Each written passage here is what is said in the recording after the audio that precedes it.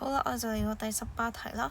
而家就俾咗個圖我哋啦，再俾咗資訊就係 AD 等於6，我哋抹翻底，然後 OD 等於10。咁佢就問緊陰影部分嘅周界係幾多呢？咁陰影部分嘅周界就有呢兩條啦，呢個弧面同呢個弧面嘅。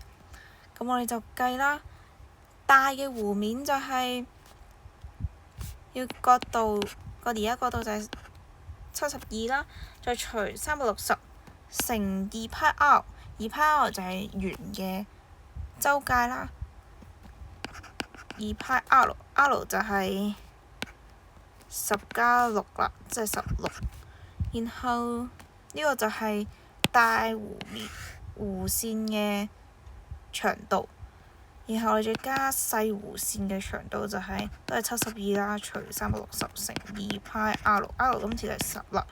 再加側邊嗰兩條啦，即係呢兩條啦，呢兩條都係6啦，6加6，我哋就撳機出嚟，